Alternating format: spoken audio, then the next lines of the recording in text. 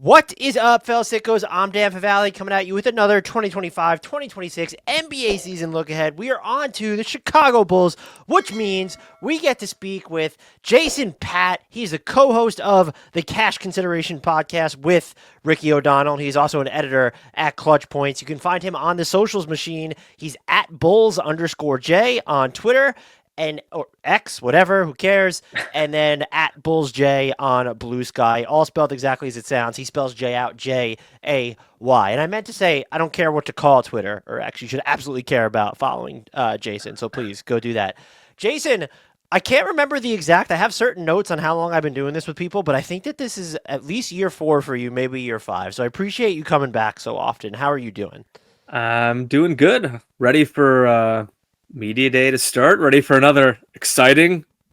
I guess you could call it that Bulls season. Like I said, we've been doing this for whatever it is, 4 or 5 years, and we've basically had this. I mean, literally the last 3 years, we've had the same end result of a Bulls season. So maybe we'll get a little something different this year, but really not counting on it. So we'll get into it. Defense, like DeMar DeRozan and Zach LaVine are no longer on this team, so there has been some change. Yes. The way it looks much different now than it was, I guess, a couple of years ago, and still, yet it was the same result last season, even after moving on from DeMar, moving on from Zach in the middle of last year, moving on from Alex Caruso, of course, and he won a championship. But we still got Nikola Vucevic here. Vuce is still here. He's still kicking. When's the extension going to hit? That's the first question. I don't think he wants to. Yeah. I mean. Maybe he would sign an extension just because AK is the only one who would give him that money, but I'm pretty sure he doesn't want to be here. I think he wants to be somewhere else. I think he thought he was probably going to be somewhere else at the deadline last year. The Bulls laid that groundwork allegedly, and then he's still here. So we are starting another Bulls media day. I believe that's next Monday for the Bulls, and Nikola Vucevic will still be here along with a lot of mostly the same team as last year. And yeah, we'll get into it. So when I was going through my notes for this podcast, I allegedly, I don't know if I actually began with it, but this question was in there, and I'm assuming it's been in there every single time that you've been on here. Just after going through last season with them, as well as this offseason with them, what is this team's end game exactly? Yeah, I mean, to make the play-in tournament, I mean, it's literally what they've done, what they've been doing. Ultimately, again, I've bitched about this on this pod, on my podcast, Cash Considerations. For a long time, we have not agreed with what this front office has done. I think Arturas Karnisovas and Mark Epstein should have been fired a long time ago, but they're still here. They got extended. They're doing what they're doing, and it seems like their plan is to try to be as competitive as possible, and hopefully at some point they're actually good, and how they get there, whether that's like Matas Buzelis turns into a star player, Josh Giddey somehow turns into a legit star, whatever it is, like they want to get to a point where they again stay competitive and become more attractive for probably like an actual star player, and like they get from like a point A where they've been at point A for however God knows long now with the play and stuff. They get to a point where they can be again a playoff team. Maybe they win a series and then however they would take that next jump to like contention.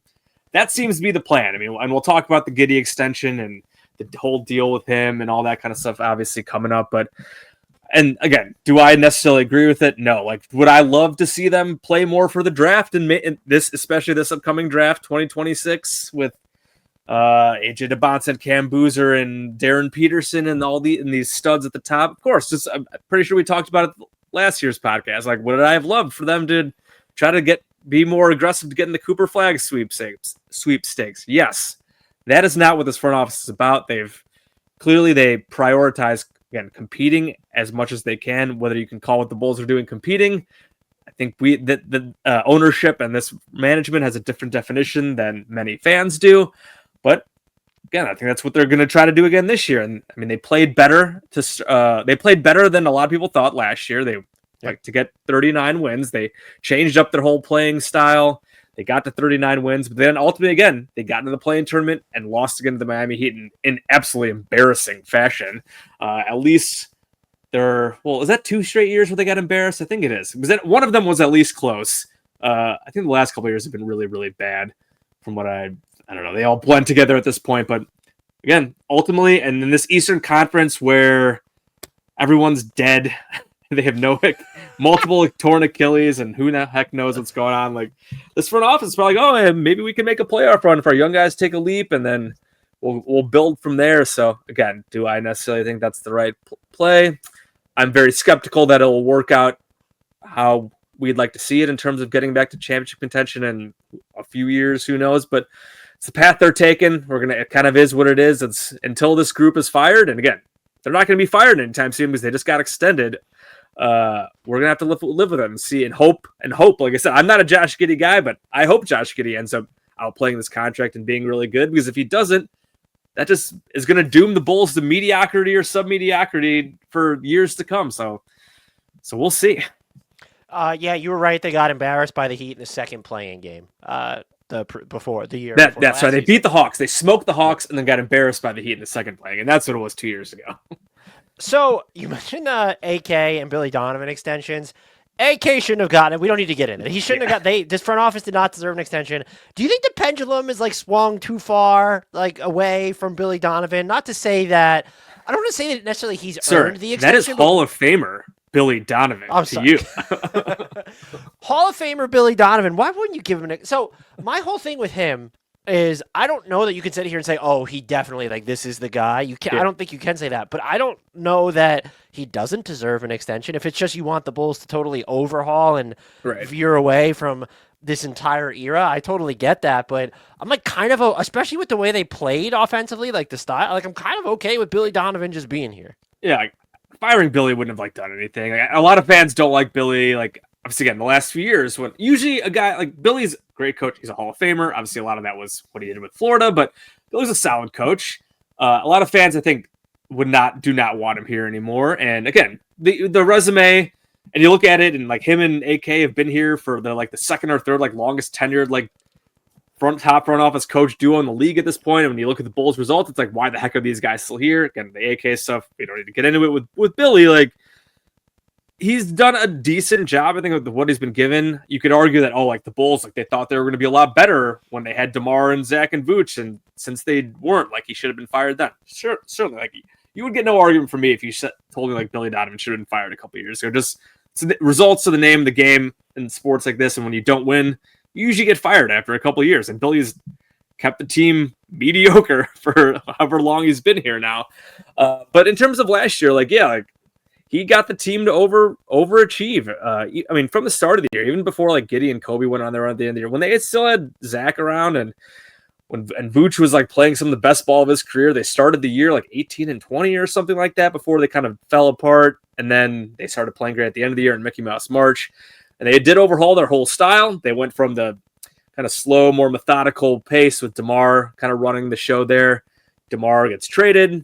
Zach was still there, but Zach was playing great too before he got traded. Do you think Billy Donovan want DeMar DeRozan traded so that he could implement that stuff? Because it felt like was just as soon as DeMar was gone, he was able to implement that type of I don't know. I think Billy was just kind of playing to what they had on the roster and bringing in Josh Giddey too.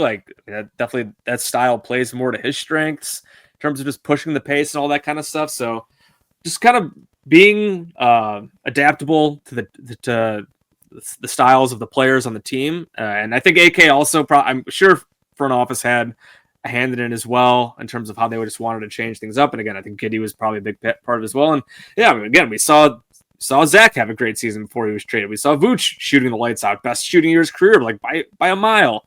Giddey and Coby had great closes of the season. We saw a lot of guys had career shooting seasons. Zach Collins was he didn't have a career shooting season there, but he was good. After the trade, Zach Collins, he did for a month there, he was shooting over 60%, and Tre Jones was shooting 60% from the field. And I was what is happening? You're again, who knows how much of that was just Mickey Mouse March and the way the Bulls did play that style. I do think probably during that portion of the season was taking teams by surprise. A lot of teams just kind of especially if you're dealing with older, more veteran teams, you don't want to play this young upstart team that just wants to run all the time in March. That's just all right, we're just gonna not do this. And we saw the Bulls smoke some pretty good teams, and they finished the year strong. They beat the Lakers in LA by 30 or something like that, the best game of the year in LA. And they of course had the Giddey game too, where he hit the half court shot, and they beat them, and they've won some other like kind of fun games too. So like again, how much that matters, I don't know. But back to the whole thing with just Billy and the style. Yeah, he got them to buy in. He changed the entire style of the team. They bought in, and they're going to keep playing like that. They're going to double down on playing fast and getting up threes. I mean, they went from like one of the lowest 3-point rates in the league to like one of the highest. They were, I think, behind only Boston, I think, in terms of like 3-pointer attempts, or it was something like that. And again, the pace was just so much higher and one of the highest in the league, if not the highest. I can't remember exactly. So he got him to do that. Billy is not the problem. Do I think Billy should have gotten an extension? I mean, probably not, but I know in the NBA, like once you start like getting to the end of these guys' contracts, it's either basically extend them or fire him. AK loves him. AK loves him, and Billy often takes a lot of bullets for AK in the media. So, given that AK got extended, no surprise that Billy got extended. It doesn't really bother me. I'm not that surprised. Billy did a good job with the team last year, and I'm sure he'll do similar things this year. Josh Giddey, I want to break some things down going layer by layer here. So let's start with everyone wants to talk about the shooting, focus on the shooting. First, how high he shot after the trade deadline last year, how accurate he was, and then also how much that matters when you go back. And I was watching some of those 3-point attempts, and it's just like we look at like 6+ feet. Some of them you probably could have gone to 16+ feet with the closest defender. So how much do you buy into the shooting in the sense of this is someone who might force defenses to either keep someone on him or force guys to actually close out on him moving forward? Yeah, I mean, he has, to his credit, he has improved his 3-point shot, I believe, each season in the NBA. Like when he came in with the Thunder, I think he was sub 30% or right around 30, and it's steadily gotten up. And last year ended up like 37, 38 after. I mean, he was awful to start the year. He was terrible before the Zach LaVine trade, and then Zach traded, and he just flipped a switch. Obviously, the offense kind of got turned over to him, and then the 44, 45%, whatever that was after the trade, after whatever the All-Star break. I mean, I'm not expecting him to shoot like that. You mentioned just like a lot of it is the standstill, wide open 3-point shots.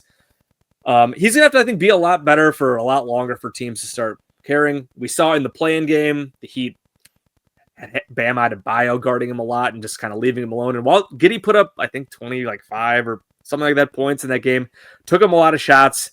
The hesitation was there. So like when it really matters, like teams still are not, I mean, I guess we'll see if the Bulls play any games that really matters, but I think still to start the year, like teams are still probably going to treat Giddey probably with a little more respect, but ultimately probably not in the half court. Like I think they're going to still need to see him just a lot higher volume in terms of the 3-point shooting before they start just kind of be like, all right, we're actually going to guard you out there. We kind of see it all the time. There's guys who are kind of like fake 3-point shooters in the regular season, and teams just sag off them, and then they do that in the playoffs too, and then they kind of stink it up. And there's another guy the Bulls just traded for who's kind of another guy like that, Isaac Okoro. And then we're gonna have to just see more out of them in the regular season for a much larger sample size before like Josh Giddey, like good 3-point shooter, is really a thing. Could he do it? Sure, absolutely. Again, he's gotten better every year. So like that's to his credit. That's something. That's not nothing. He's not like a total dud from 3 now, but I think again we're gonna have to see a lot more of that for teams to actually like scout that, actually be closing out to the point where he can then attack closeouts and really make a difference, especially in the half court. Again, Giddey's a really good transition player. The half court offense, as we saw in that play-in game. Again, that's kind of where it all fell apart. The Heat scouted it. They had the Bulls transition game snuffed out. They put Bam on Giddey. The Bulls half court and Davion Mitchell on Coby. Bulls half court offense was toast, and they had absolutely no counters to it. Giddey developing that 3-point shot even further would go a long way towards helping get more counters to it, and of course other guys developing too. The other thing that he did that I don't think received enough attention, still not a good finisher at the rim, I would say, but over half his shots after the trade deadline came at the rim. What specifically went into that? Was it, I know he played a lot with Coby White and Kevin Huerter and Vooch, and so that floor is just so open at that point, or is there just something else? Was it a sort of just a, like he actually made a note to, no, I'm not going to bail out the defense by just like doing things from floater range as often. And his free throw rate, he took a big jump too, like just getting fouled, because he's a big guy. Like he's so awkward to watch, and he's like slow. He just looks like he shouldn't be good at basketball at all. But like he's big. He is 6'7", 6'8". Like he's pretty strong too. So he finally started like using that strength to his advantage. And again, he's not like the fastest guy off the dribble and all that, but again, he's so big as like a point guard use that size to your advantage, get downhill a bit, and use the shoulder, use your strength, your upper body strength to draw fouls. He did that.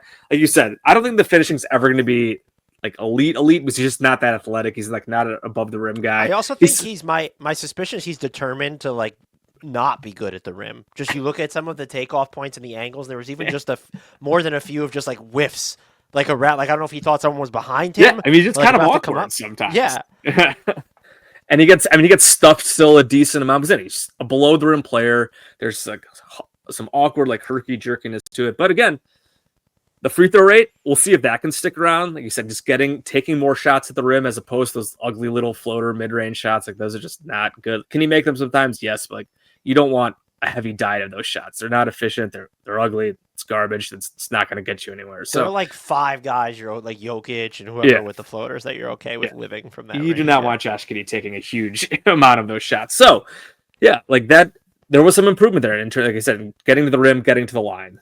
That's another thing. In addition to 3-point shooting, for sure, is something to keep an eye on. If he's going to take another next step and be like an actual like high level point guard, like an all-star type guy, who can lead a high level offense, and especially when it matters in the half court when the games slow down, that's going to just be another big factor for him.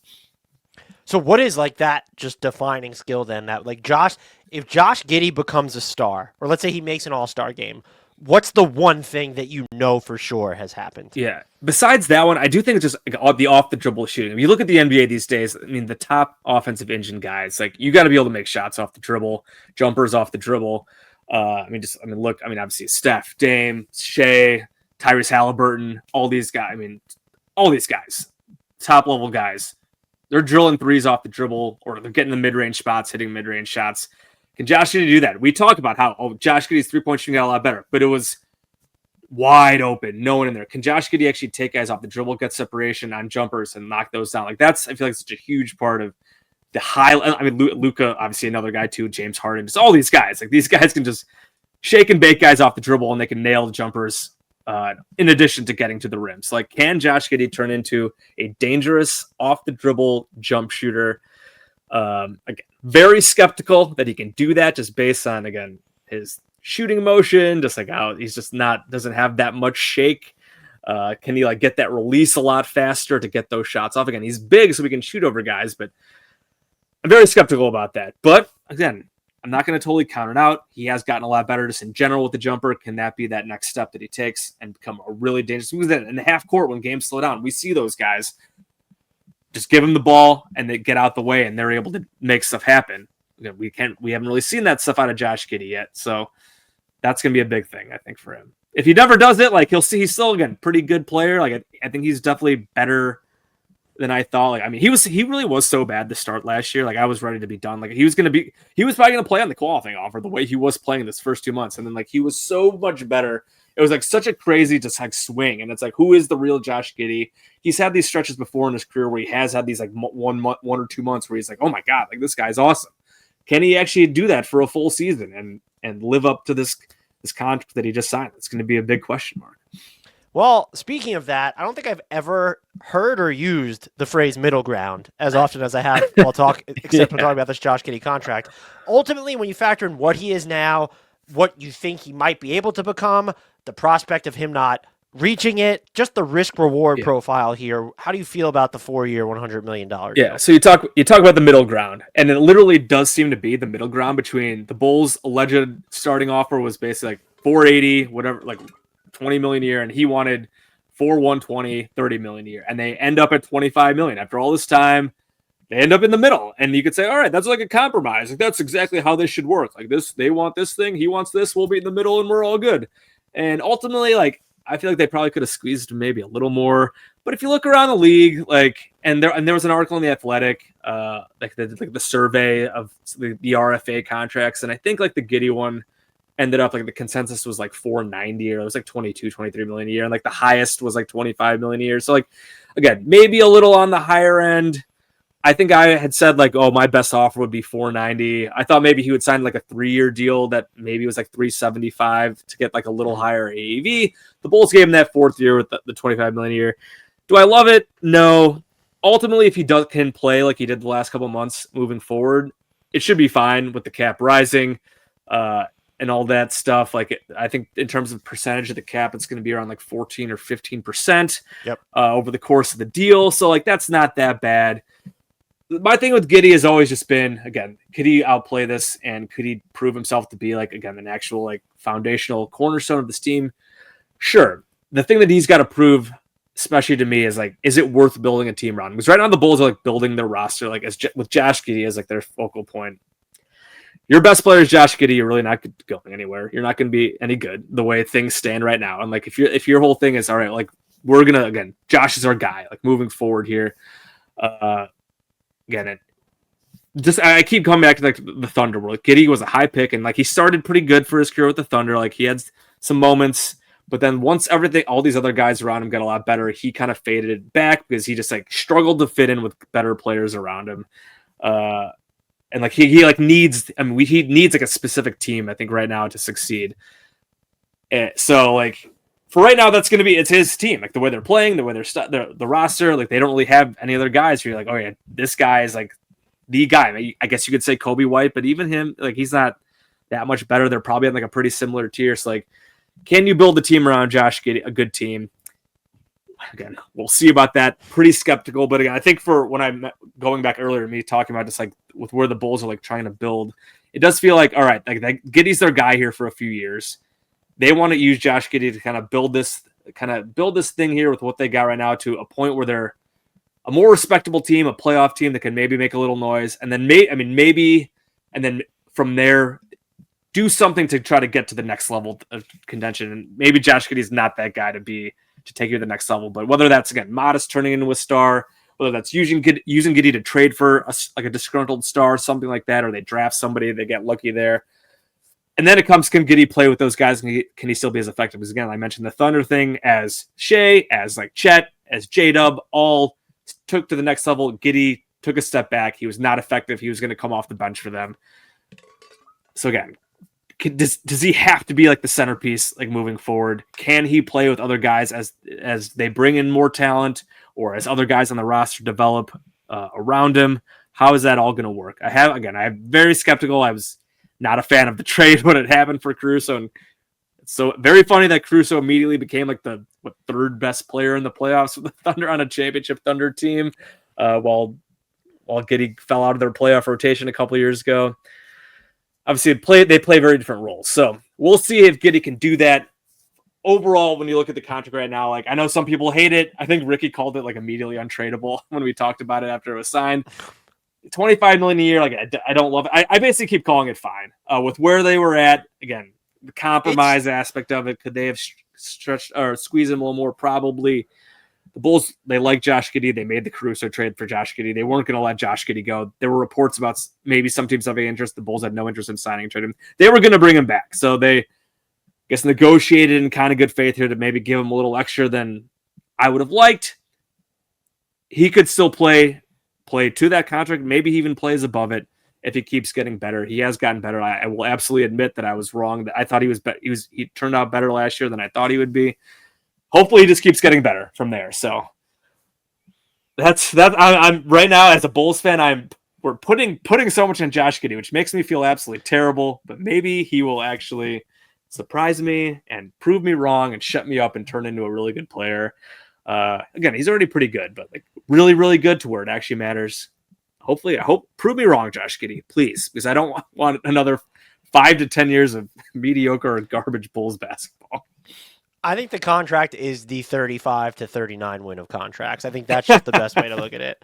How did you feel about the Isaac Okoro or the Lonzo Ball for Isaac Okoro trade, and how do you think that Okoro fits in here? So I kind of referenced Okoro before. Another just like fake shooter who I think his 3-point percentage in the regular season from the corners, he's gonna make right. Exactly. And then in the playoffs, another guy who slipped in the rotation because he got the playoffs. Do we really need to be concerned? Like, is that no? Yeah, I mean, so the Okoro trade, I mean, kind of fit like almost not. I mean, Giddey is better than Isaac Okoro. Obviously, much different players, but like it kind of fit a similar mold there, where they took a guy, an established player. Caruso is better than Lonzo at this point, just because Lonzo you can't rely on him being available. Lonzo at his best was obviously very good. But just another, like, all right, we got this guy, $20 million contract, can't really rely on him. and they target another young player with experience. That was kind of a big thing that AKs and Mark Eversley have talked about, all the young players with experience. So they're once again go and find like another elite team's like distressed asset, their young guy who has kind of fallen out of favor with them, and they think that they can kind of rehabilitate Isaac Okoro. He's on a cheapo contract. What is it, like $11 million a year or $12 million for like another year or two, something like that. So like it's whatever there. I mean, he's a good defensive player. The Bulls need wing defenders, so like Okoro should help there. Again, in the regular season, he can hit open 3-pointers, and in their style, like in transition and getting out in transition, then shooting threes like from the corner, Okoro should theoretically be like a totally fine player there and could probably help them. And he'll probably be more available than Lonzo Ball is for the Cavs. And obviously Lonzo Ball barely play. I mean, the fact that Lonzo Ball gave anything last year was a pleasant surprise. And then he had another weird injury, like totally separate from the weird knee injury that he had. He had just had another weird thing with his, I think it was his wrist, that kept him out for a while. So like, again, you can't really rely on Lonzo at this point, as good as he is when he is healthy. So Okoro is just a guy who he'll probably help the Bulls win some regular season games. You know, in the playoffs for the Cavs, he's not very good, and I know the Cavs fans were done with him. I mean, you'd almost kind of similar to actually also Patrick Williams, I guess. Okoro was better than Patrick Williams. Patrick Williams was maybe one of the worst NBA players in the league last year. But again, they were both drafted. What, Okoro was what, 6th, 5th, whatever he was picked. Was that the same draft too? 2020, right? No, I think Patrick Williams was picked a year before Okoro, if I'm not mistaken. Either way, mistaken. again, just like similar, but a 6'7", 6'8" wing. Hopefully like a 3-and-D guy. And again, they just never really kind of developed like their teams hoped. So now the Bulls have both Pat Will and Isaac Okoro on the team. But and I know we'll talk about this later in terms of like the starting lineup. Like when me and Ricky talked about starting lineup stuff, and like I totally forgot Isaac Okoro was on the team, and I was like, oh, like I actually think he might start this year, just because like the defensive thing. Like I think they think that they need wing defense. I mean, you have Josh Giddey and Coby White starting in the backcourt. Like you need someone on the wing or who can defend guards or wings when you have Coby. You need a point of attack defender, and I don't really know like defender. That. So like that's Isaac Okoro. So like again, the trade again. Fine, he should help them in the regular season. It's just it's very similar vein to the Caruso thing, where it's like, all right, we have this pretty good guard wing. We're going to target, instead of targeting draft picks or anything like that, we want this young player with experience who an elite team, Cavs, Thunder, didn't want anymore. And there was also part of this was there was reporting last year that Lonzo, they could have traded him like at the deadline. I don't know if it was confirmed for sure that it was the Grizzlies, but I know that was, I think, the chatter. It was like the Grizzlies were offering like their 1st-round pick for Lonzo Ball, and that would have ended up, I think, in like the late teens or something like that. They didn't want it because the Bulls don't seem to value draft picks. Instead they target the young player with experience, just like the Caruso thing. Could they have made a Caruso trade in the last couple of years where they got multiple 1st-round picks? It does seem like that's the case. No, they went out and they targeted Josh Giddey and did not ask for any other draft picks from Sam Presti's giant war chest of draft picks, because they love their young players with experience. So will Isaac Okoro end up being pretty good? I mean, I think he'll be, again, totally fine on this team. Will he actually be a difference maker? Again, pretty skeptical about that given just the time he spent in the league, but he's still pretty young. I think, 23, 24, whatever he is. So he'll probably be fine. Coby White, another player who finished the season on a heater, and I think in general the biggest improvement I noticed from him anyway was just like, okay, like the shooting fouls he was drawing, like that went way up. Yeah. What did you make of his season, and just kind of like what your expectations now are for him, for his like player ceiling? Yeah. Coby has just had a crazy career, man. Like came into the league that rookie year, like, and he had some of those heater games, just threes, and for a while there he was just super inconsistent, but microwave 3-point shooter. And like, I mean, even going back to like his 3rd or 4th year, like thought he would be traded at some point. I can't remember I think the year they made the playoffs and they lost to the Bucks in the 1st round. I feel like by that year, like he was not good, borderline unplayable. And then even like 2 years ago, started the year horribly. And then like all of a sudden it was like, boom, like he just went off. And I think, I can't remember if Zach got hurt that year. I think Zach was hurt a couple years ago. He had the knee thing. I think it's both times that it has coincided with Zach being out of the lineup. Just like Josh Giddey, compared to Zach LaVine just bringing all these guys down. It's like the Ewing theory, but it's just specific to Coby White. And then this last year, took it even to the next level. I mean, I don't have the stats in front of me. I mean, he was putting up just, again, those like last 2 months of the year, just ridiculous numbers. He said getting to the line. His handle really has tightened up a lot. So that's just he's gotten really crafty and creative. Getting to the basket, of course, shooting 3-pointers, scoring from kind of just all over the place. And he was awesome. Again, really fun to watch, really fun player. But then again, I mentioned earlier the play-in game.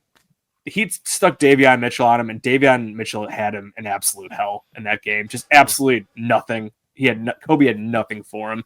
And Coby has been pretty rough in these play-in games. I think, or the Hawks when he was awesome. He had like that. I think he had like 40 points. But then again, these Heat games and against a good defensive team, against Eric Spoelstra, like he just had no answer. So again, like another question, like similar to Giddey, like can this guy, when the chips are really down, can he like be a really good player in half court settings? Again, he's a really good fit for how they want to play right now. Can he and Josh Giddey be like a backcourt of the future? Again, there are major questions on the defensive end about that as well. Big time, as I kind of just mentioned a few minutes ago with the Okoro stuff. His contract situation is going to be fascinating. Last year, I was banging the drum for him to get traded before the deadline when he was still kind of just like puttering around for the first half of the season. Bulls did not want to trade him. There weren't any really like that many concrete reports. I feel like there was a lot of like, there's interest in Coby White, but the Bulls don't really seem to have much interest in trading him, or just like their asking price is just way too high. I cannot remember if there were specific offers reported, but yeah, that's a good. I don't remember hearing about like specific teams. I remember everyone trying to trade him to the Magic. Yeah, I was trying to push the Magic and the Thunder like all season. Obviously, the Thunder did not need him, but I thought the Thunder could use another scorer. The Magic were so obvious. I mean, just the Magic needed more offense. They needed more shooting, and they had draft picks they could have traded as well. Mm-hmm. That would have made some sense. Obviously, did not happen. So like now, Coby's going to be no extension this summer because just the CBA rules. I think it's like the 140% or whatever that percentage of like his current contract, because he's on such a cheapo contract, 3 years, $36 million or whatever it is. The extension he can sign was I think $480, $490, which he was just not going to agree to. Like he thinks he could have a big season and get more than Josh Giddey. I mean, there's already the rumors out there that Coby's going to be looking for that 30, 35 million. But it is fascinating. Like, is Coby White going to get that? When you look at some like the smallish like guards around the league, kind of in his mold. Like, I mean, Coby's definitely a better player than Cam Thomas, I think. But Cam Thomas just signed the qualifying offer I know RFA is different than UFA, but like, yeah. And Cam Thomas was looking for 30 million. I mean, Giddey was looking for 30 million, and he got 25. Like, maybe Coby will come down to something like that, but I guess it could depend on the year he has. Like if Coby comes out and plays like he did for the last 2 months for like a full season or like for most of the year, I mean, maybe he will get 30 million. And if he does do that, the Bulls will probably be better than I thought, because again, his numbers were ridiculous for those last couple of months. I mean, if he comes out and averages 25 plus per game on ridiculous efficiency, 25 and 5 on like 60. I mean, that's an all-star level player. Yeah, that's an all-star player. And that's a guy who's going to get 30 plus million a year. And that's fine. But I guess that's fine. I guess we'll see. But it's been a talking point for a while. It's like, what are they going to do with Coby? Should they move forward with Coby and Giddey? Should they have looked to trade Coby earlier? Do you think they view Giddey as more of the tent pole for the future than Coby? I would think so, just because he's just like more of like the point guard, and I think they can like build a team around him. With Coby's just like I don't want to call him just a microwave scorer now, because he is better than that. But I guess it's hard to see like a team building a team. I mean, I guess it's hard to see building a team around either of them, but like Coby being like the high engine, like an engine of an offense. Also, I guess I just have question marks about both of them, but I don't know. It's so hard to say, because they're both good players, but they're clearly not great players. Again, I feel like they're on a pretty similar tier. Giddey is just a bit more unique in that he's a 6'8" point guard. Yeah. With the game that he brings to the table is just, I mean, his passing is elite. I will absolutely give him that. His passing is incredible. And Coby's like good at a lot of things, but just I wouldn't say he's like great at anything still. Like he's always been a good shooter, but I feel like his numbers have never been as good as I thought they would, considering I feel like a lot of times when Coby shoots threes, it's like this guy's never missing. And he still goes through stretches where he misses a lot of shots, and he's never been like a 40+% three-point shooter. Again, he's tightened his handle up. He's gotten better at passing, but he's not an elite passer. He's gotten better at getting to the line, but he's not like an elite foul drawer. So Coby does like a lot of good things really well, but he's not like elite at any one thing. And that's Giddey is an elite passer. And if Giddey actually did develop the shooting more, like he has, I guess, the ceiling of just a foundational piece. But right now they're both pretty good. Can they get better and help the Bulls, like, again, get to that next step? That is kind of what everyone is wondering. One of the other things they did this offseason, the Tre Jones 3-year, $24 million deal, final year, I think is a team option, right? Just a really good contract. Finally, a team option instead of a player option. He shot the literal hell out of the ball when he was in. Like, for mid-range was insane. I think his rim percentage was insane, too, when he got to Chicago. I mean, and the entire thing. Like, even, like, the volume from three wasn't high, but, like, he was, I think, also shot, like, 55 or 60% from three, and, like, he was hitting clutch threes, too. Like, the Bulls in Mickey Mouse March, I was tracking it, like, the entire time. Just, like, the whole team was shooting a ridiculous number from three, and especially like in the clutch. And it was literally like almost everybody on the roster. And it's like how the heck are the Bulls winning all these games? It's like, well, they're making literally every three they take in the fourth quarter. And Tre Jones was one of those guys, and he was just playing the lights out until he had an injury that ended his season a bit early. So, but yeah, crazy. Do you look at you keep him on that deal? So this isn't actually like a criticism, but like him being on this team, and then you have Coby White and Josh Giddey. I know he's big, but he's also a point guard. Does this spell we're going to see a lot more 3-guard setups? Does this spell doom for Ayo Dosunmu? Is he going to get moved? Like, what is just the read on how they're trying to flesh out the backcourt part of their rotation? Yeah, I mean, the roster is goofy as hell with all the guards they have. You mentioned Ayo. They have Tre Jones. They have Giddey. They have Coby. They have Kevin Huerter. Billy loves 3-guard lineups. He'll play 4-guard lineups for the love of God. He will throw a bunch of guards out there, and the way they play, like, they want to have a bunch of ball handlers. They want to have a bunch of guys who can shoot on the court. So, like, there was talk, again, we talk about Coby trade stuff. There was talk about Ayo getting traded. And, like, Ayo absolutely has some value. I know he's had injury problems, too. And he kind of took a step back this session. He was hurt for, the last couple months of the season. But he's back, and he's also an expiring contract. I thought Ayo would get traded this offseason. I feel like maybe I'm just, like, I know he did some like different things offensively, and they've thrown him more, like sometimes they've thrown him more ball screens. He's made some like better decisions out of them, but I feel like he would help so many teams because of his defense. I've been trying to figure out how to get him to Denver for 2 years. Yeah. Hell, good. The Rockets can go trade for him with Fred VanVleet tearing his ACL. Oh, man. Can they even make a trade? Because so many of their guys are just untradeable. Like, no, it's really tough. Yeah, I was looking at it. Like, I know they're like right up against the first apron, so they don't have much wiggle room there. Like, I don't know if they could even make like anything work there with Ayo or like Coby if they wanted to try something like that. But the Bulls aren't trading Coby. But I mean, that would be if they could do it. Like, I mean, again, can't really replace Fred and Ayo are much different players. But like, if they could use like a point guard to help them at least a little bit here, like Ayo could be an interesting option there. But yeah, so like I would have thought that they have so many guards, and like how they divvy up those minutes is going to be interesting to see. But again, Billy absolutely loves playing 3-guard lineups. If you look at the rest of the team, they don't really have that many playable wings. Like they have a bunch of like young guys who aren't really any good yet, and then they have Matas, and they have Pat's still there. Again, and there's still like Julian Phillips, Dalen Terry, and Noa Essengue, the rookie, who probably will not play very much, and they have Okoro. And they don't have many big guys. I mean, the roster is just so good. They have so many guys. Like we joked about the AK thing. That was like you need like 9 or 10 really good players. Like the Bulls legitimately have like a deep team of like pretty good players. Like they don't really have like any like that many like legit bums. Like Patrick Williams was off last year, and Dalen Terry is bad, but like most of their guys like are like playable guys. Like they don't like once you get like deep into their bench, like they're still okay. I think they still have Javon Carter on the roster too. Like so it's really silly. The roster is kind of goofy, but again, they are pretty deep with just playable NBA guys. So again, how like Billy divvies up the minutes will be interesting to see.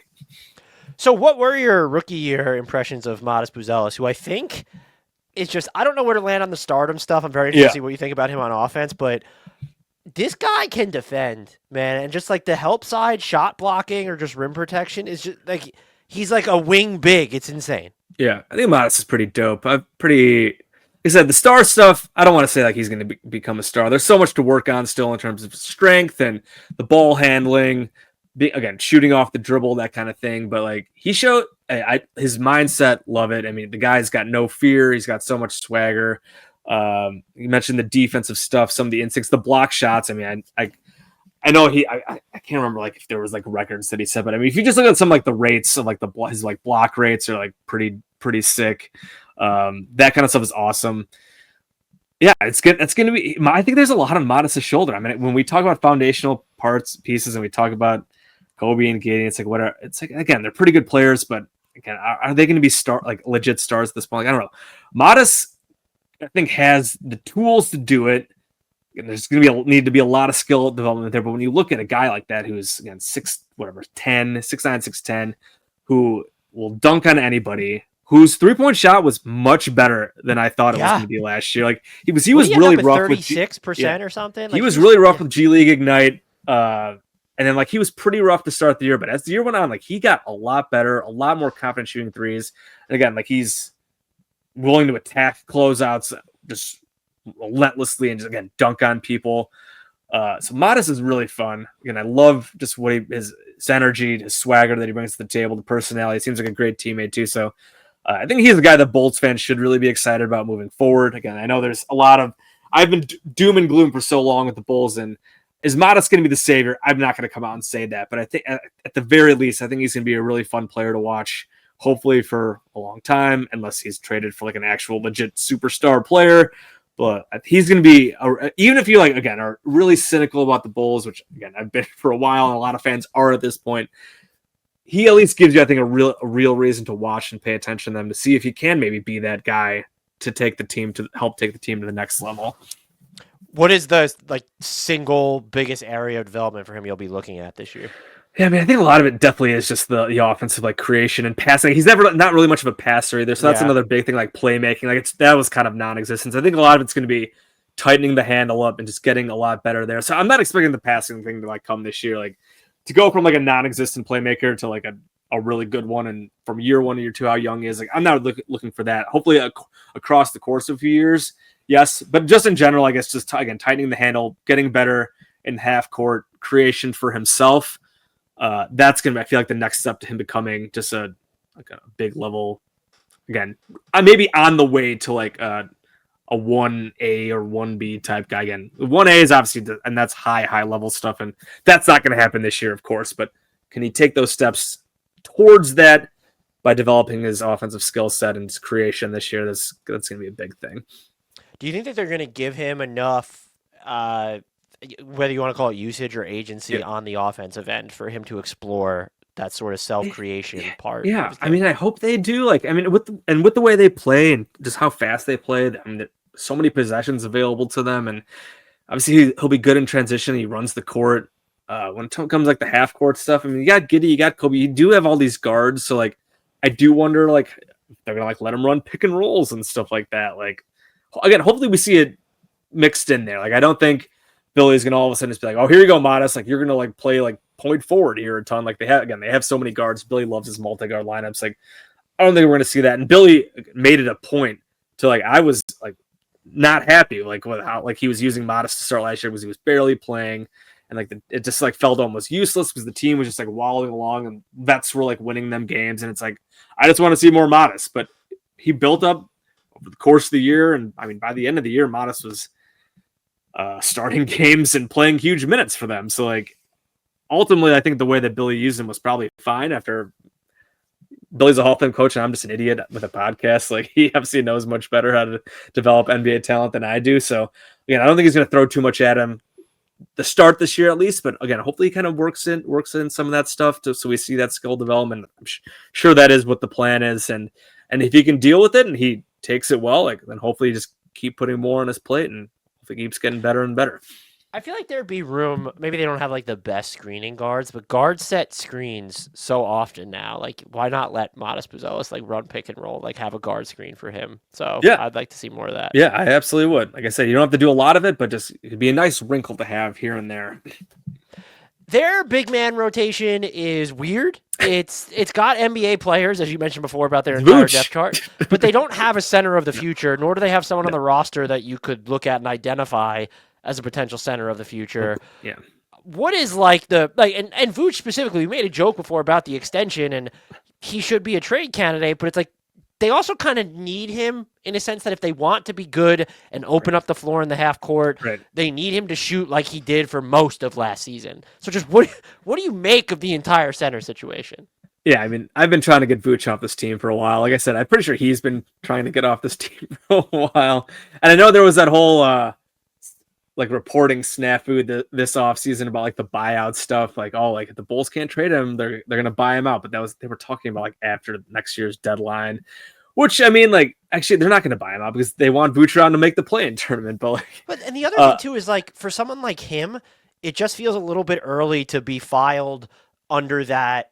Like, oh, they're never going to get a good a big contract again, because once you take that buyout, like Bradley Beal is kind of for the most part is the ceiling. So right. It's like, oh, you got part of like mid-level Yeah. type money. And so the Bulls might just pay him again. So if I was him, I wouldn't even want. I know you might not want to be in Chicago, but I wouldn't want to get bought out and lose my bird rights. Yeah, I mean, if he got like another big contract, that's the thing. Vooch is so weird. It's like he had like a career shooting season last year, but he's not. I don't want to say he's bad. He still put up his double machine. He shot 40% from three last year. But like again, no team like contending team is going to trade for a $20 million Vooch. Like that's you're taking back like. Long-term money. He's just in such like a weird spot contract wise and with where he's at in his career. While he's still pretty good, like again, yeah, no contending team is trading for that contract, and then like playing him when it counts. Because when it counts, you don't want Vooch on the court in a playoff game because he can't play defense at all. And like no one's gonna try. Like I am curious to get this 3-point shooting. The 3-point shooting last year hit from him was, and just his regular shooting in general, like he was so bad at shooting threes the last couple of years, and then last year just all of a sudden this new play style and he's shooting. I mean, he was shooting like almost 50% from three for like a good portion of the year, and like he ended up at 40 plus, and his overall efficiency, again, his true shooting was, I think, by far like the best of his career. Like in these age 34 35 season, like is he really going to do that again? I'm sure a lot of other teams are like, no, like that's just not going to happen. Even if he's still like pretty good offensively, he can still score pretty good and he can rebound well. But again, he can't play defense. Like on a good team, like Vooch is like a 15-20 minute per game backup player. And that's why no one's trading anything of value for him. And like no bad team's going to go like sign him. Like why would a bad team go or trade for him? Like why would a bad team trade for $20 million Nikola Vucevic? So it's just like an awkward situation. And that's why it was like, and that's why it's silly that the Bulls were like allegedly holding out for like first round picks. No one is giving giving the Bulls a first round pick for Vooch. And again, I made the joke about laying the groundwork, and that was like the thing at the trade deadline. I was like, oh, like there were like some like the Warriors stuff. There was the Warriors thing made a lot of sense for them, but apparently the Bulls just like didn't want. I think what was the Warriors were offering because they were holding out for a first round pick, and I can't remember if there were other teams involved in Vooch. That better be that. If they were actually holding out for a first-round pick and weren't taking back one of the 5 worst contracts in the NBA, I would like to know what they were thinking. Yeah, I mean, that's what the reporting was the whole time. So they wanted a first for Vooch. Vooch was having the best shooting season of his career. He's a double-double machine. We want a first-round pick for him. It's like, man, that's just such a misread of the market. And, of course, and again, it was reported by like multiple Bulls, like clearly AK's like message was we were laying groundwork for a Vooch trade this summer because that's what like the entire beat put out. And then he didn't get traded this summer either. Because no one is trading a first for Vooch. Are they even trading multiple seconds at this point? I don't know. Like, no team. I probably would. I would take depending on the money you're sending out. Like if it's just even money, or you're getting rid of some long-term money. I think I would gamble on just like someone, as you said, can still grab a bunch of rebounds and like he's a innings eater. He's innings eater. He's a minutes/innings eater, whatever you want to call it. He's very durable. He's going to give you your double doubles. He'll again, if you're like a good team, you're not going to start him, but he'll play 15-20 minutes per game. Again, the Warriors I always thought were such a great fit. I mean, I know Quentin Post was like pretty good for them last year, but he kind of made sense there. There's another just an offensive valve for Steph and the way he was shooting. I think he would have fit well in that system, but again, they did not do it.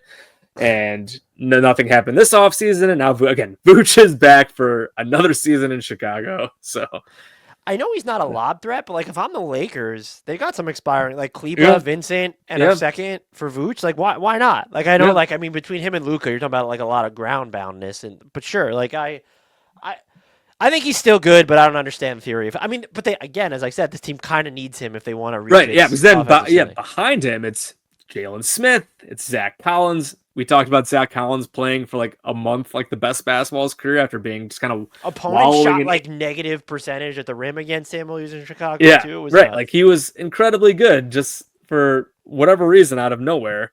But yeah, like is he going to be the backup? Is Jalen Smith going to be the backup? Like Jalen Smith, they signed to a 3-year deal after he had the big season with the Pacers. Halliburton, Merchant, and he was fine last year. And again, him and Zach Collins, I mean, they're fine. They're fine bench guys. Nothing more than that. Can that be the Bulls' slogan? The 2025-2026 Bulls? That's literally what I say about them. Like I said, they have a bunch of fine players. The middle ground. They've given up a bunch of like fine, like the Tre Jones deal is fine. The Giddey deal probably fine. The Vooch deal extension was not fine. That obviously that sucked, but yeah, I mean, and that's how you end up with a perpetual 39 win team is you have a bunch of fine players and fine deals, but you're not good. You're also not bad. And here you go. Perpetual playing team winning around 50% of your games. It makes all the sense in the world, really.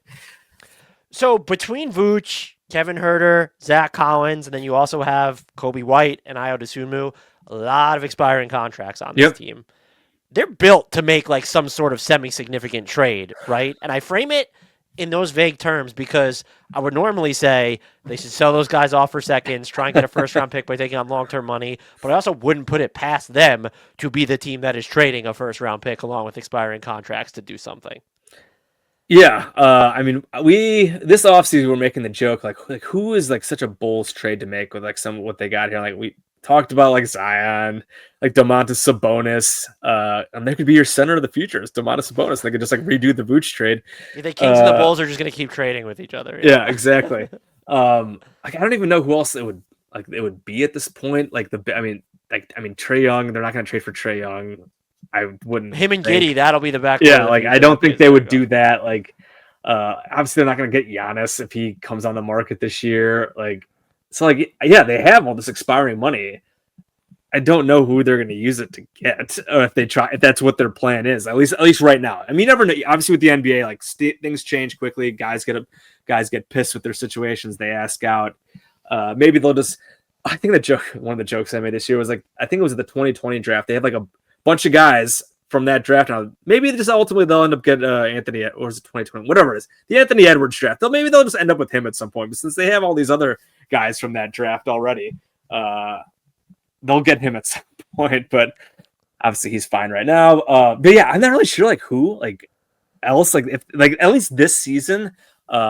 Because I know they've also just talked about like the free agency flexibility next offseason, but like free agency is like not a thing in the NBA anymore in terms of like signing big names. So like and like no one's what star is going to come sign with like probably another mediocre Bulls team after all these guys expire? Like probably nobody. So like, do I really expect them to make like a big trade this season? No, just because they haven't really done that at all. Like they've been so hesitant to make moves in general. But yeah, maybe AK will surprise me. Maybe he's got something up his sleeves. But I just don't know. Like right now, like looking at it, like they're the Paul George team. They're going to be the team that comes in against Paul George. The actual player I thought of Embiid. In all seriousness, oh my god! In all seriousness, was like I feel like this is just going to end up being the RJ Barrett team. I don't know what the framework of a deal looks like, but that just feels like that would be a Bulls trade. That would be a Bulls trade. Yeah, I know he's been mentioned in rumors. I mean, RJ Barrett or Zion. Maybe they'll go trade for both of them. Redo they could go sign Cam Reddish then out of Europe. They just went over there. They could redo the Duke team. I like Zion, the basketball player, when he's healthy, transcendent. But if your theory is Josh Giddey and Zion Williamson, right? Question, like I default to all these people who work in the NBA being way smarter than I am. But I'm gonna have some questions if we end up with a Zion Williamson, Josh Giddey core in Chicago. I mean, maybe they would trade Giddey for him. I don't know. I doubt that. But yeah, I mean, like I said, that's why it's just like we made the Zion jokes in the offseason because that was just Zion's the name that's theoretically out there and taking a gamble on top shelf talent when they don't have like a top shelf talent.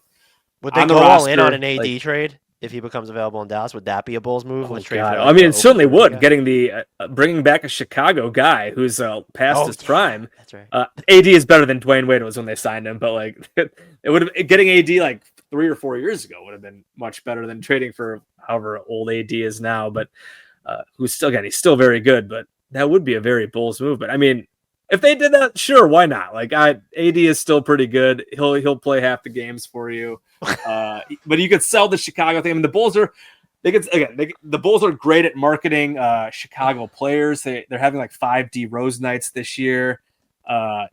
Market Anthony Davis coming back. Sounds great.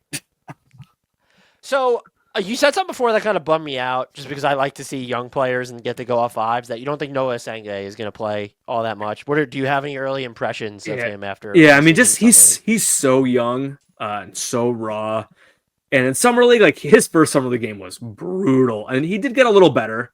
But he's just so. The game against the Pacers, like there were some like shot variants too to what he was doing. There was one of the plays I was like, that looked like Giannis. I think that was the Pacers summer league game. So he's the next Giannis. I think we just go off that one product. Yeah, when we've talked like on our pod and like some of like the Bulls DMs just kind of shooting stuff around, like the Giannis stuff has come up, and I think really? That is, like, I think that is. I mean, obviously, again, that is such like so high end, not realistic, but like if it like all came together, that is kind of like the vision there for him. Again, just super raw, skinny, but super athletic guy you can get out in transition. And if you could, again, get a lot stronger and just develop into how many ever MVPs he's won and one of the best players in the league for a long time. Like if he can become a poor man's Giannis, sounds awesome.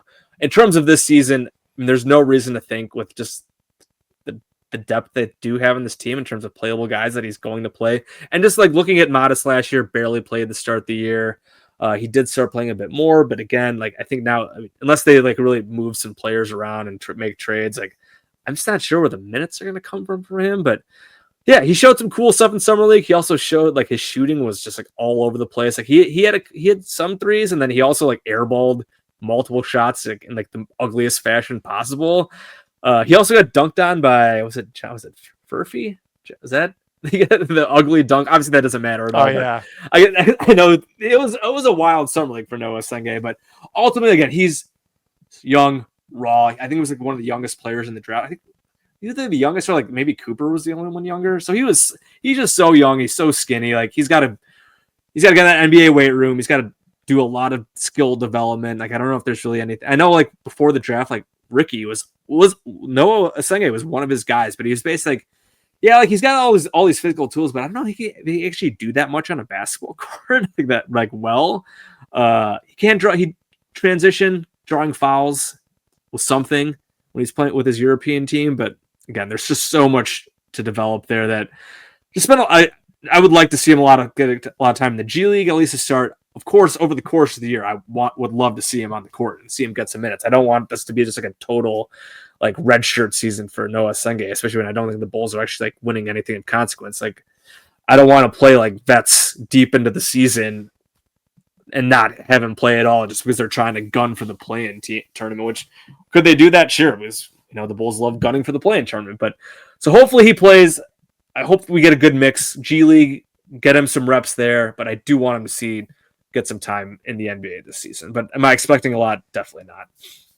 Do any of the other non-core or just younger players interest you on this team to talk about? Whether it's Dale and Terry, you could pick Patrick Williams if you want. No Julian Phillips. Nope. I think at this point they're Pat. I mean, we've been talking about Patrick Williams trying to take another step for 4 years now after his like decent rookie season. He's just never like. I'm not gonna say never gotten better. He's improved. He improved like slightly over the course of the next 4 years. Last year was truly a disaster, and I'm just not sure if it's ever going to come together for him. His shooting got worse. His finishing. I mean, he just became infamous for missed dunks. I feel like his defense fell off a little bit. I think he's just like looks slow on the court. Like the injury stuff, I think has probably caught up to him a bit. So and this is all great to say for a guy they just gave 5 years, $90 million. That contract goes on for. I was doing something about which contracts it was for Bleacher Report are going to be look the worst in 2 years. He's still going to have 2 years left on that deal in 2027. It's very bad. I was like, that thing goes on forever. Yeah, I will say, like, just to the Giddey thing, like, I was worried the Bulls were going to do the same thing with Giddey that they did with Pat. It seems like they did learn from their mistake. Like, Giddey definitely deserved more than Pat for sure. But their alleged top offer for Giddey at the start was right around what Patrick Williams got.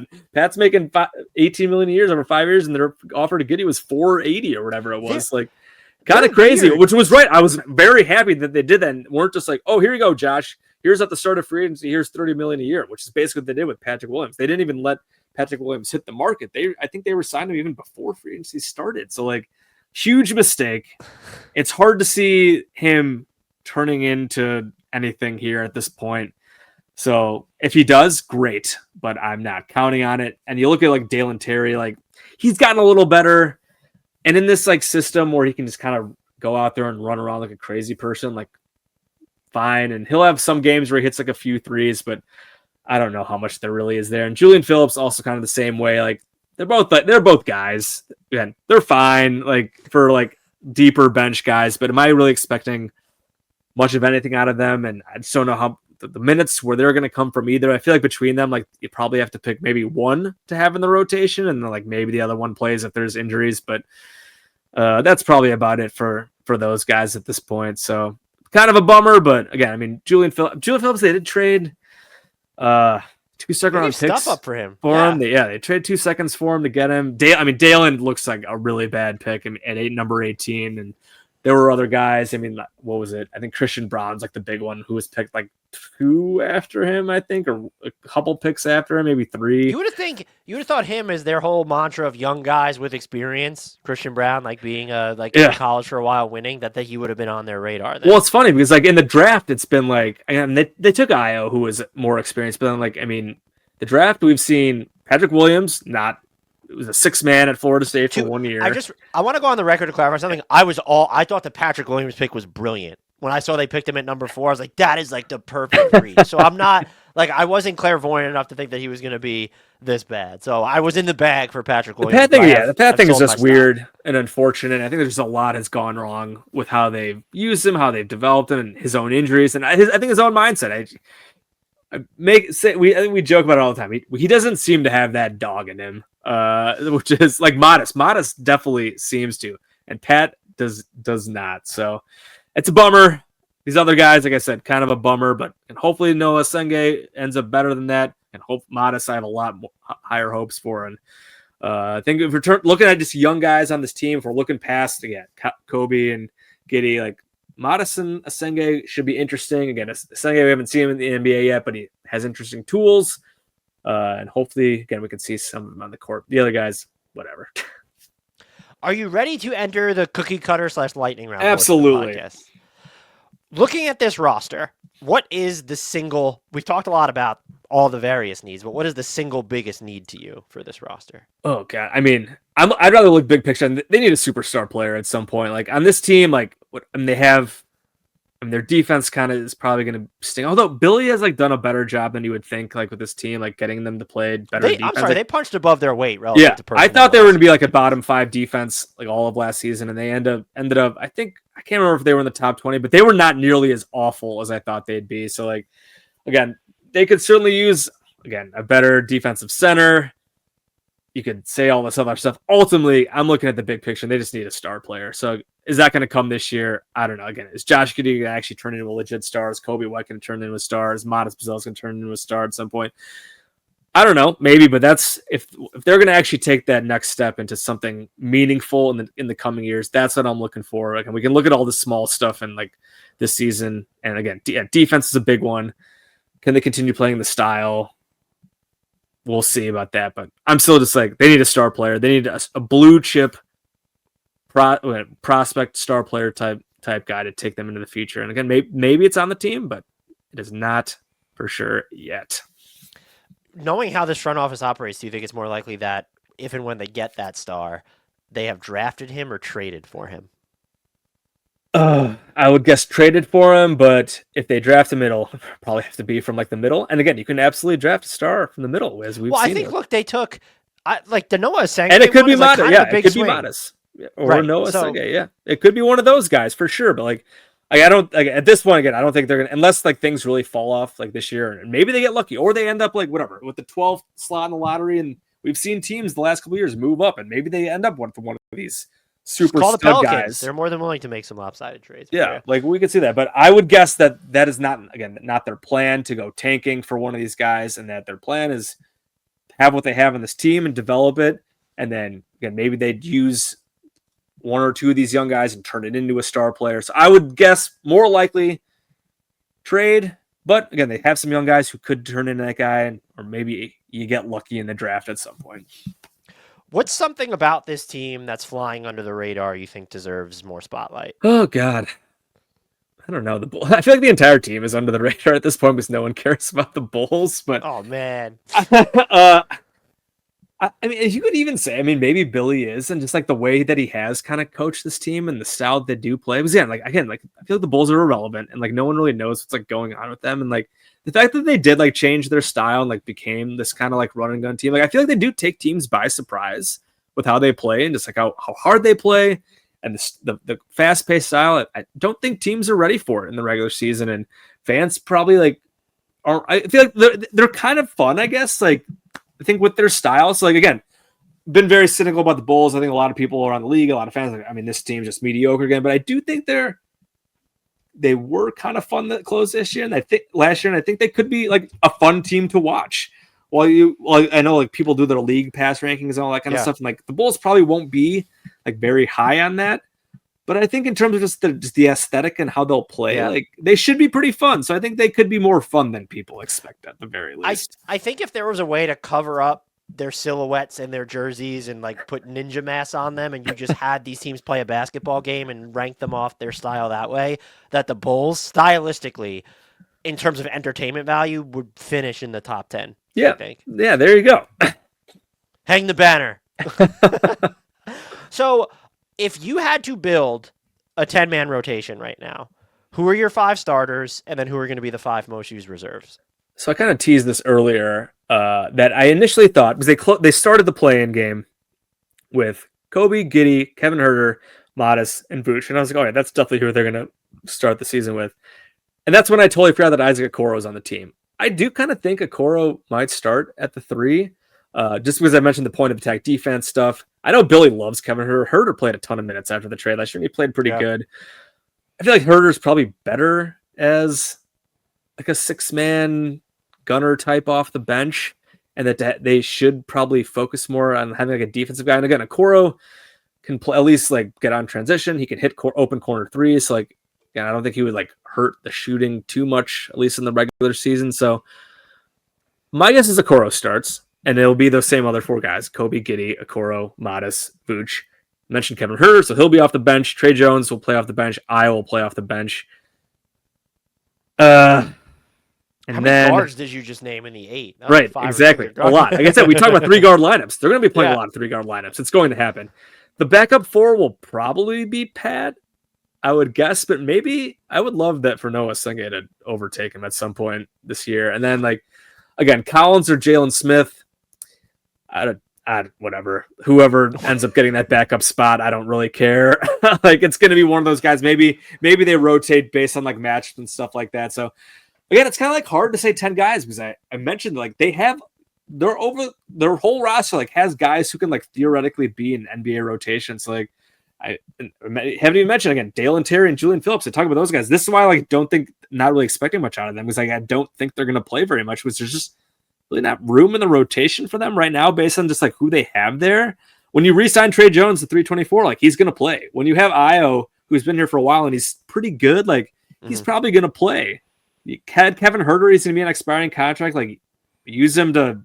Billy seemed to like him last year. Like maybe a trade candidate at the deadline. Like he's going to play at least probably to start the year. Maybe they trade him and which would be fine. Like ideally, he's building some value and you're trading him for something. Like I don't need Kevin Huerter on my team, this Bulls team, that much longer. But we'll see.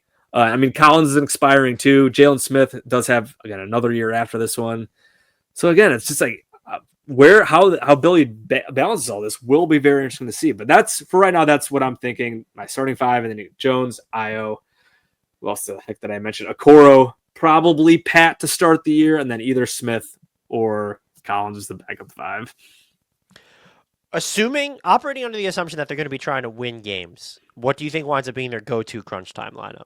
Will it just be the starters? Right. If Yeah. so, I think it's. I would guess the starters, and then again between like that 3 spot, Okoro, Io, Okoro, Herder, Io. I could see it like rotating between those. I think Giddey and Coby will close routinely. I know Giddey did get benched in crunch time.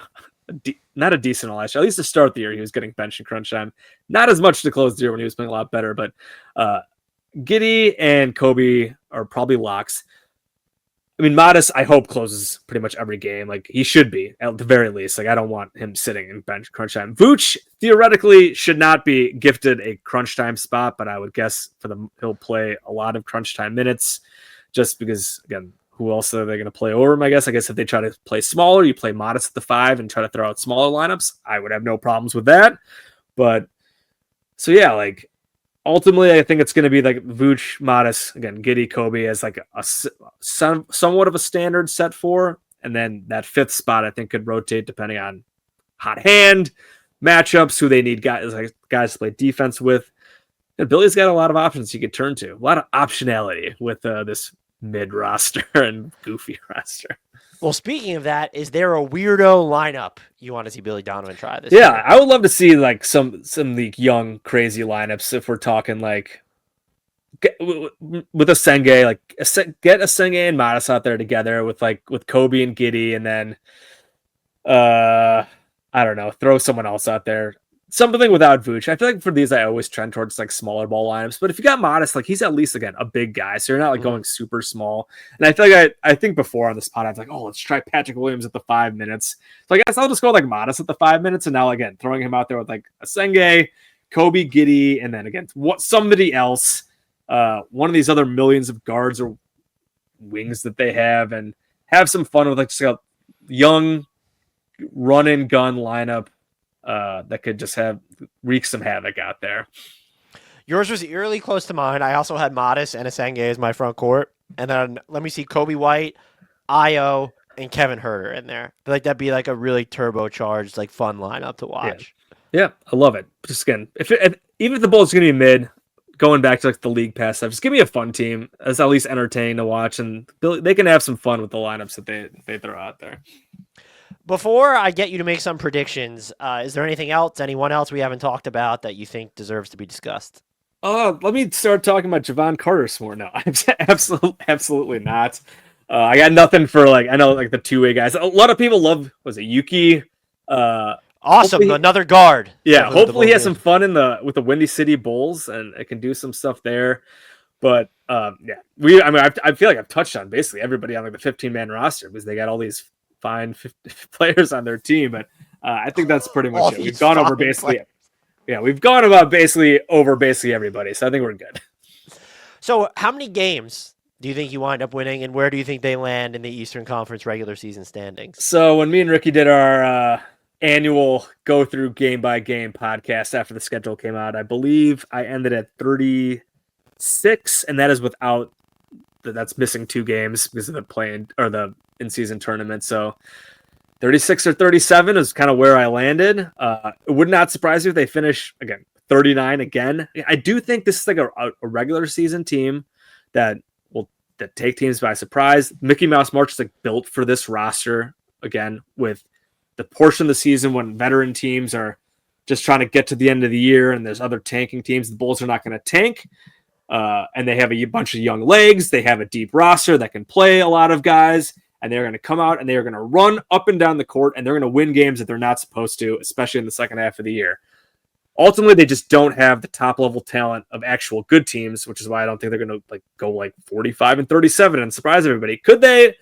A lot would have to go right. I'm not going to totally rule it out, but ultimately, it just seems destined for another high 30s season. Probably another play-in spot. Again, with this Eastern Conference, it's going to be really fascinating to see just what the Celtics do. Like, do the Celtics do like a kind of a tank here? What the Pacers do? Like, the Pacers have also a deep team and a lot of other really good players, but I mean, Haliburton just means so much to them. And over the course of the regular season, if there's any attrition there, and they lost Miles Turner, are they just going to end up also doing a kind of pseudo tank season? So I'm curious to see where Boston and Indiana wind up. And then just like there's all these other teams. Like, I mean, we got the Magic and the Hawks look like they should be really good. And obviously, you'll have the Cavs and the Knicks at the top. I mean, the Bucks with Giannis, like, who the heck knows what happens with them?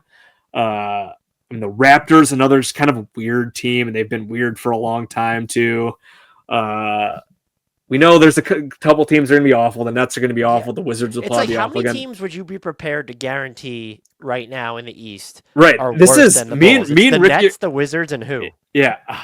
Guarantee to be worse than the Bulls. Maybe the Hornets, but like the Hornets, the Hornets could be again. They're another team that were just like they could be feisty, but it all depends on LaMelo staying healthy, and like he just never is healthy. So it's like they'll probably be bad, but they have a lot of talent there. So like they could be interesting. But this is our next podcast. Me and Ricky, we're gonna go through the East a little closer and be like, I think I was gonna be like, who do we think for sure is going to be better for sure than the Bulls? Like kind of coming almost from the other way. So like it's gonna be interesting. Like again, the Hawks theoretically should be the Hawks have kind of been the Bulls, and then there's the Heat too, of course, and they just lost Tyler Hero to foot surgery, and he's gonna be out to start the year. So who knows what's gonna happen there? Like Bulls, Hawks, and Heat have kind of been in this just like the play-in like morass, the play-in mavens, whatever you want to call them. The Hawks should be a lot better, but will they? Who knows? They've been so I'm Hawks-pilled. I know a lot of people are. I mean, and theoretically, like their roster should be really good, but like they should be good again. I've mentioned 4 or 5, 6 teams that should definitely be better, but I guess I have not mentioned the Philadelphia 76ers either. And like, who knows what the hell to think of them either. It's like the East is just such a joke and such a mess where it's like, could the Bulls have like a weird, funky season and they end up like low 40s and like end up getting a top 6 spot? I'm not going to totally rule it out. Would I bet on that? Absolutely not. But I did bet their over number was, oh God, I can't remember what it was, but I think it was lower than I thought. And I definitely have already bet the over on it. I think it was like 33 or 32. Like I'm very confident they're going to be better than that. Just like they were much better than their line was last year. So I would guess the Bulls are better than expected once again. Do I think they're going to be meaningfully better? Probably not. Again, it ultimately looks like another mid team, but again, the East is so messed up where who knows, maybe they overachieve and the East is just so bad that they can avoid the play-in tournament or get at least like the 7-8 game and not be in the 9-10. Jason, this was great as always. You're just able to tell our subscribers, listeners, audience where they can find you and all the work that you do. Yeah, Cash Considerations, a Chicago Bulls podcast. That's me and Ricky O'Donnell. We'll have another pod. We pod once a week. We've been a little lazier during this offseason because there's been like nothing to talk about, but we'll be ramping back up once Media Day starts up, back to our normal once a week cadence. But yeah, that's me and Ricky O'Donnell. You mentioned my socials. I don't really post on Twitter or X or whatever you want to call it anymore, but I'm at Bulls_J. I still do post the podcast there, but I do most of my posting at Blue Sky now. Also, it's Bulls J, no underscore there, just Bulls J. That's why you're only the second person. This is like look ahead number 20 or 21. You're only the second person that needed 2 separate handles. So congrats to you on screen. And then Clutch Points, basically kind of run the show there. I'll shout out my guy Brett Siegel, who does NBA reporting there. He's been on top of like the Jonathan Kuminga stuff. He's had some stuff on the Giddey situation, but interesting that the Kuminga thing's still going on. They said the Giddey thing's done, but we're still waiting on Jonathan Kuminga. But go check out ClutchPoints.com as well. Brett does a lot of good reporting there. We have a lot of coverage on the NBA and other sports in general. So yeah, I think that's basically it. Thank you so much for having me once again. It's always a pleasure to do this. I always love going deep with the Bulls, even though it ends up being the same thing every season for the last 3 years. Hopefully we get a different outcome this year, and that next off season when we do this pod, that we'll have something a little more better to talk about. I don't know. We'll be able to talk about Matas Buzelis finishing third in that's right. player voting. So I look forward to that. You guys can find a link to Cash Considerations in our podcast and YouTube descriptions. So go check out Jason and Ricky over there. Until next time, Jason, thank you so much. You know I'm going to be pestering you again down the line. Yes, absolutely. Thanks for having me. Have a good one.